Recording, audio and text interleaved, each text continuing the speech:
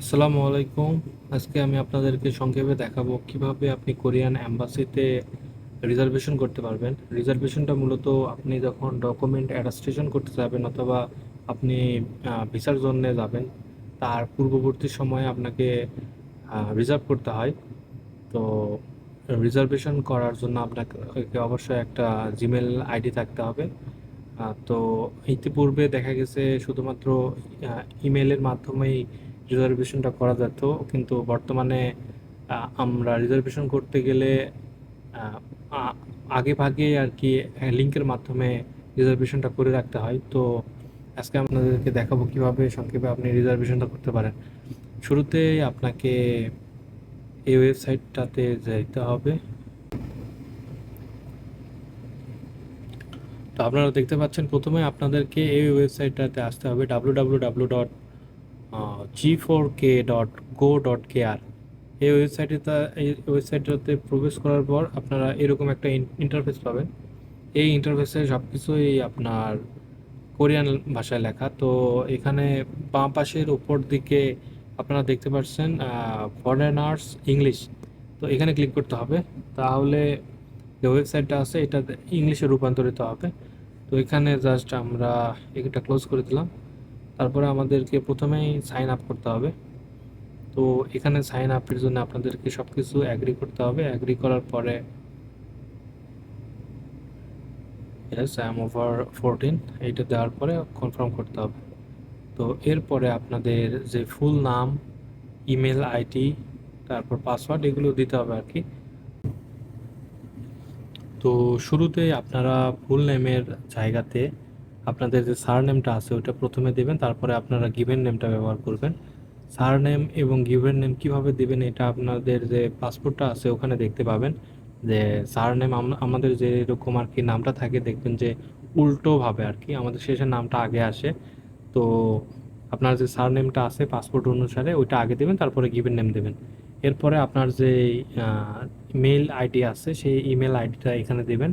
কিন্তু ইমেল আইডিটা দেওয়ার মধ্যে একটা আহ, ব্যাপার হচ্ছে, আপনাদের প্রথমে এই যে অ্যাড থাকে এই অ্যাডের এই আগের যে অংশটা এই অংশটা শুধুমাত্র এখানে আপনারা ব্যবহার করবেন।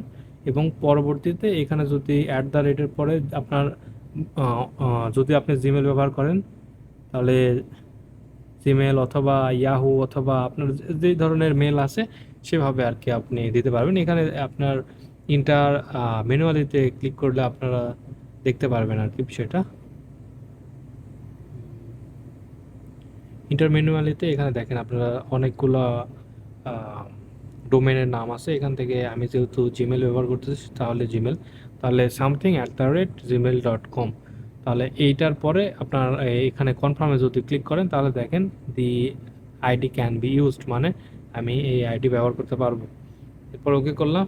তারপরে আপনার এখানে পছন্দ মতো পাসওয়ার্ড দিতে হবে। পাসওয়ার্ডে অবশ্যই 8টা মিনিমাম ক্যারেক্টার থাকতে হবে এবং সেখানে স্পেশাল ক্যারেক্টার ইউজ করতে হবে। তো পাসওয়ার্ডটা আপনাদের সুবিধা মতো আপনারা দিয়ে নেবেন।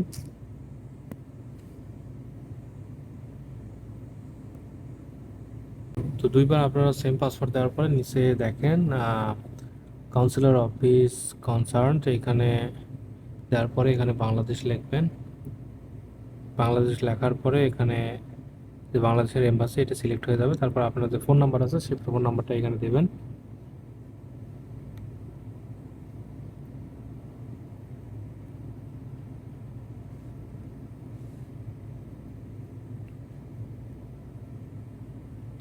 তো ফোন নাম্বার দেওয়ার পরে এখানে যে ক্যাপচাটা থাকে এটা আপনারা সঠিকভাবে এন্টার করবেন।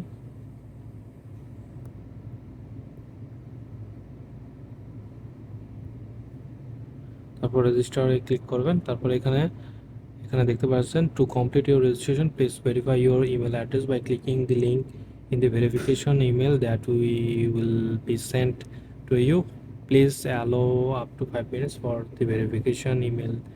মানে আপনাদের যে ইমেলটা ব্যবহার করছেন ওই ইমেলের ইনবক্সে এখন দেখতে হবে, সেখানে 5 মিনিট পর্যন্ত সময় লাগতে পারে। তো আমরা এখন বর্তমানে আমাদের যে জিমেল অ্যাড্রেস আছে সেখানে যাচ্ছি। তো এখানে দেখতে পাচ্ছেন যে আমাদের এখানে আর কি মেন পেজে কিছু আসে নাই, তো আমাদের করতে হবে কি, আমাদের যে সাধারণ প্রাইমারি বক্স আছে বা আমাদের যে অন্যান্য যেই বক্সগুলো আছে সেখানে না গিয়ে আমাদের ডাইরেক্ট স্প্যামে যাইতে হবে। স্প্যামে আপনারা দেখতে পাচ্ছেন এখানে একটা ভেরিফিকেশনের জন্য লিঙ্ক আসছে, এখানে ক্লিক করতে তারপরে আমাদের এখান থেকে আমরা আর কি পরবর্তী কাজগুলো করব। তো আমরা লগ ইন করতেছি, জাস্ট আমাদের লগ ইন অলরেডি হয়ে গেছে, এটা ক্লোজ করে দিলাম। তো এরপরে আমাদেরকে আর কি রিজার্ভেশনে ক্লিক করতে হবে। তো রিজার্ভেশনে আসার পর আমরা এরকম একটা ইন্টারফেস পাবো, মোবাইলেও একদম সেম, কোনো সমস্যা নেই। এখানে আসার পরে সিলেক্ট এ কাউন্সিলর সার্ভিস, তো এখানে দেওয়ার পরে দেখেন ভিসা এবং ডকুমেন্ট যে অ্যাটাস্টেশন বা নোটারাইজেশনের জন্য, তো দুইটা আলাদা। আপনারা যেইটার জন্য যাইবেন শুধুমাত্র ওইটাই সিলেক্ট করবেন, ওইটা ছাড়া অন্যটা সিলেক্ট করবেন না। তো উদাহরণস্বরূপ আমি এখানে নোটারাইজেশনের জন্য যাব, তো নোটারাইজেশনটা সিলেক্ট করলাম, তারপর এখানে যে চেক করে দেব, দেখেন এখানে ক্লিক হয়ে গেছে। এরপরে আপনারা দেখতে পাচ্ছেন তো বর্তমানে যেগুলো অ্যাভেলেবল আছে সেগুলো এরকম সাদা দেখাবে, তারপরে যে আপনি যদি নিজে কমপ্লিট করেন তাহলে এরকম, আর তারপরে আপনার আনঅ্যাভেলেবল হলে যে ব্লক টাইপের দেখাবে। তো আপনারা দেখতে পাচ্ছেন বর্তমানে কোনো রিজার্ভেশনের কোনো ডেট অ্যাভেলেবল নাই।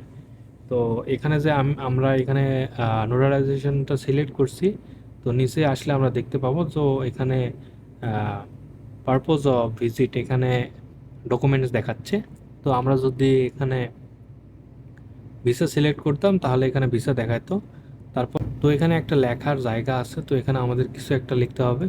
তো সাধারণভাবে আপনারা যখন যাবেন তখন লিখবেন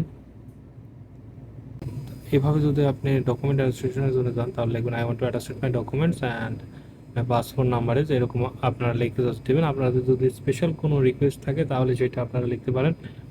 সেমভাবে ভিসার জন্য আপনারা এইভাবে দিতে পারেন একদম সিম্পলি, অথবা আপনাদের মন মতো। তারপরে এখানে যে ক্যাপচাটা আছে এটা এভাবে লিখবেন, লেখার পরে মেক এ রিজার্ভেশনে ক্লিক করবেন। এরপরে আপনাদের একটা পিডিএফ পাবেন, ওখানে পিডিএফটা ডাউনলোড করে নেবেন, নিয়ে ওইটা প্রিন্ট করে নিয়ে আপনারা এম্বাসিতে যাবেন, তাহলেই ইনাফ। তো এখানে আরেকটা বিষয় আপনারা দেখতে পাচ্ছেন, তো এখানে সিলেক্ট করার সময় যদি আপনি ভিসাতেও জাস্ট দেখার জন্য সিলেক্ট করেন তাহলে দেখেন এখানে আপনার পারপোজ অফ ভিজিট একবারে ভিসা এবং নোটারাইজেশন দুইটাই হচ্ছে। তো অবশ্যই আপনারা লক্ষ্য রাখবেন এখানে শুধুমাত্র যেন নোটারাইজেশনটা সিলেক্ট হয়। আমি রিসেট করে দিচ্ছি, তো এখানে শুধু একটাতে দিবেন, তারপরে চেক করবেন এভাবে। তো আশা করি ব্যাপারটা বুঝতে পেরেছেন। তো যাওয়ার সময় অবশ্যই খুচরা টাকা নিয়ে যাবেন, আর আহ, এখানে যে টাকার পরিমাণটা এটা সময় পেতে বাড়ে বা কমে, আপনারা যখন যাবেন তখন আর কি অবশ্যই এই ব্যাপারটা জেনে যাবেন, এবং চেষ্টা করবেন যাতে খুচরা টাকা আপনার সাথে থাকে।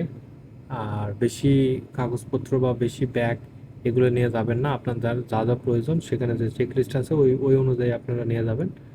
আর সবাইকে শুভকামনা, সবার উদ্দেশ্য সফল হোক। সবাইকে আসসালামু আলাইকুম।